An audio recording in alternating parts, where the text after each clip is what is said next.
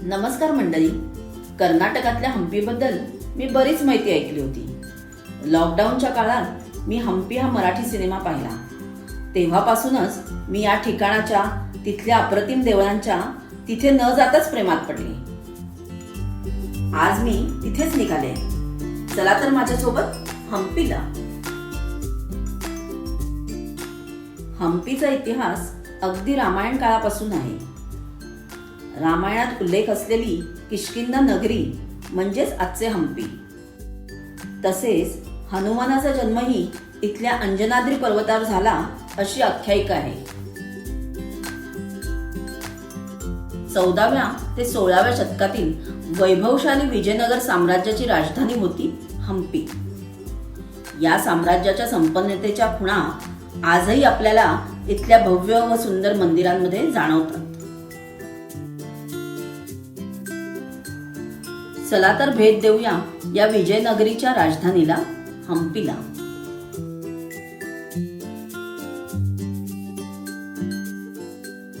हम्पीला राहण्यासाठी हॉटेलचे ऑप्शन तसे खूपच कमी वाटले मला. म्हणूनच आम्ही हम्पी पासून 14 किलोमीटरवर असलेल्या हॉस्पेट येथील हॉटेलवर चेक इन केलं. हॉटेल खूपच सुंदर होतं. हॉटेलचं नाव मी व्हिडिओच्या शेवटी नक्की सांगेन.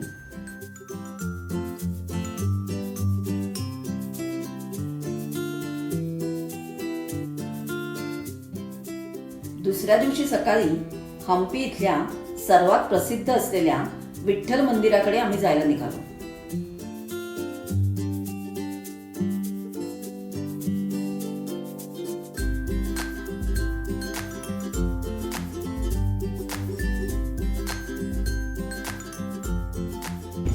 सुप्रभात मंडळी. विजयनगरीमध्ये तुमचं स्वागत आहे. आज मी आले आहे हम्पीला आणि आत्ता मी बघणार आहे विठ्ठल मंदिर. इथे यायला इलेक्ट्रिक कॅब आहेत. मला इथे घेऊन येतात कारण चालायला आहे बराच रस्ता. त्यामुळे इलेक्ट्रिक व्हेकलनी आत्ता मी उतरले इथे आणि आता देवळात जाणार आहे. इथे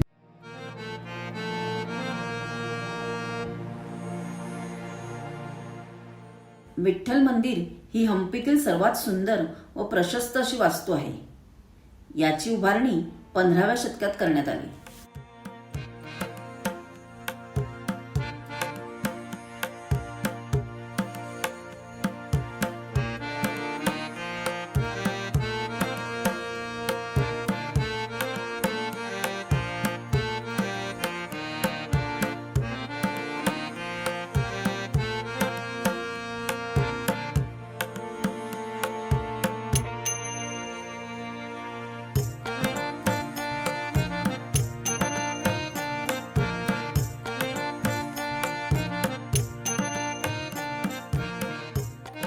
हम्पी ना कधीच माझ्या बकेट लिस्टमध्ये होतं आणि आज मी तर बघतीये. त्याचा आनंद वेगळाच आहे.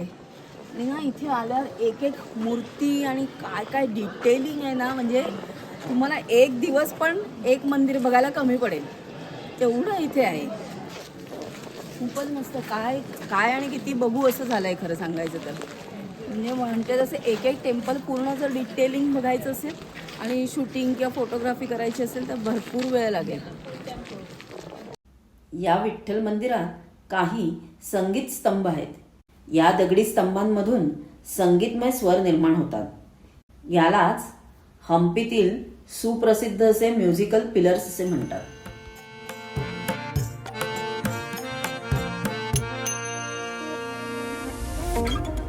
विठ्ठल मंदिराच्या प्रांगणातील दगडी रथ ही येथील सर्वात आकर्षक कलाकृती आहे. आपल्या 50 रुपयाच्या नोटेवर जे चित्र आहे ते हे चॅरिएट, हा हम्पीचा फेमस. आणि हेच शिल्प जर तुमच्या लक्षात असेल, हेच शिल्प आपल्या इतिहासाच्या पुस्तकात पण होतं पहिले.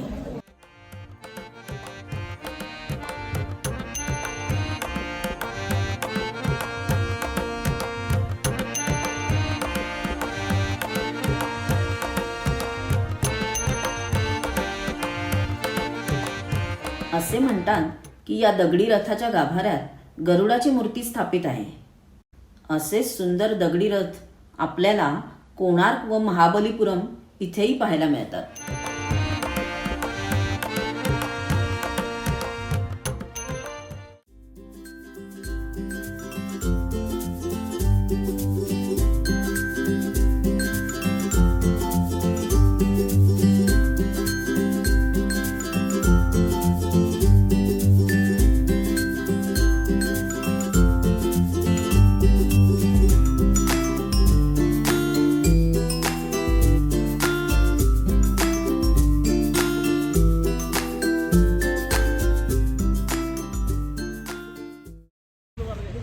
मंडळी आता दुपारचे 4 वाजलेत.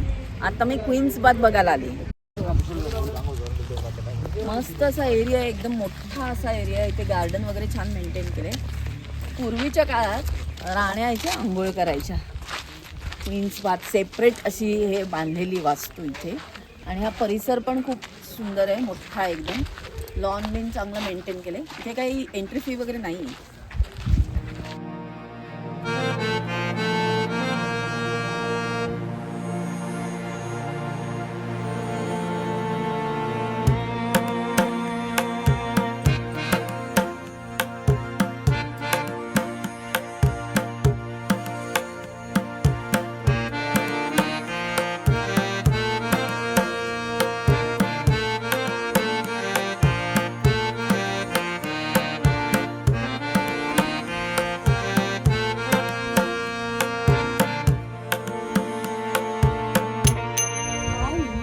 स्ट्रक्चर आहे ते सगळं दगड वगैरे कसले यूज आहेत. आणि हे बघून कसं त्या काळी बांधलं असेल आणि काय माहीत नाही. लिटरली एका वेगळ्या युगात पोचल्यासारखं वाटतंय मला. ते आपण जे सिनेमात बाहुबलीचे वगैरे सेट बघतो ना, तसाच एक अख्खा बाहुबलीचा सेट इथे उभा आहे असं वाटतंय मला आता. वाव, हे चढून आले वर. हे ते बाहुबलीमध्ये कसं ते उंच चढून ते सिंहासनावर बसतात ना, तसं थोडक्यात हे सिंहासनच आहे. महानवमी डिब्बा. इथून राजा सगळ्या खाली प्रजेला बघत असेल, शहराकडे बघत असेल.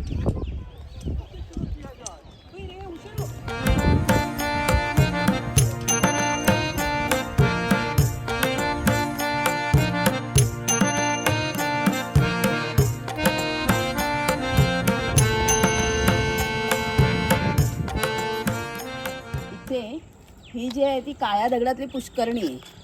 म्हणजे काय, पाणी साठवायची जागा. आणि हे जे आहे, हे जे माझ्या मागे या साईडला असते ते पन्हाळ आहे. याच्यातून पाणी जाऊन इथे खाली त्या जमतं पुष्करणीमध्ये. म्हणजे पूर्वीची अशी सोय असेल.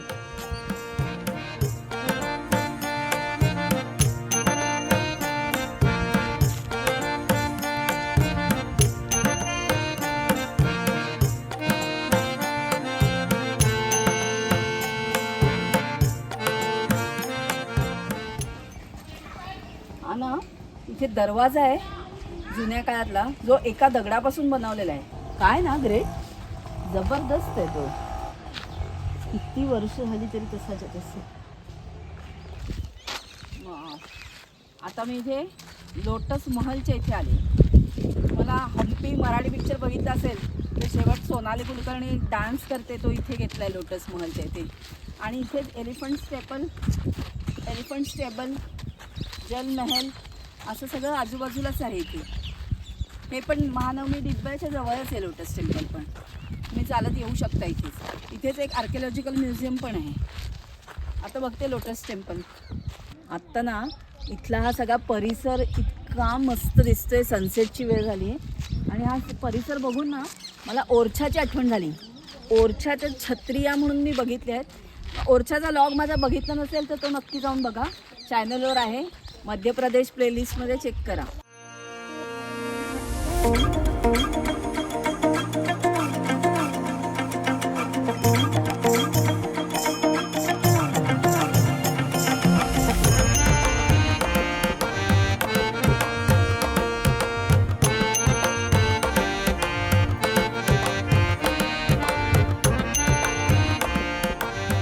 मस्त जागा आहे ही लोटस महल.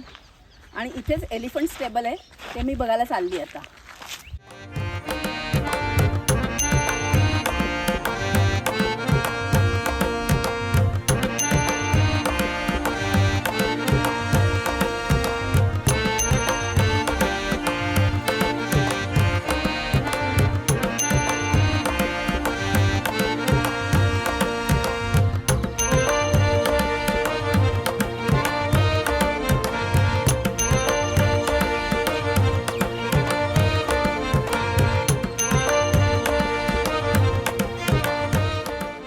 मंडळी, दिवस मावळत आला होता.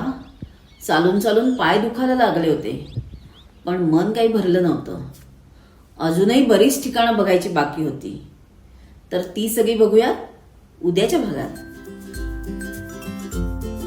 मुंबई पुण्यापासून येणाऱ्या बसेस व ट्रेन आपल्याला हॉस्पिटलच सोडतात. हम्पीला येण्यासाठी डायरेक्ट फ्लाईट नाहीये. बँगलोर किंवा हुबळीहून तुम्ही विमानाने येऊ शकता, परंतु तो ऑप्शन एवढा सोयीचा नाही.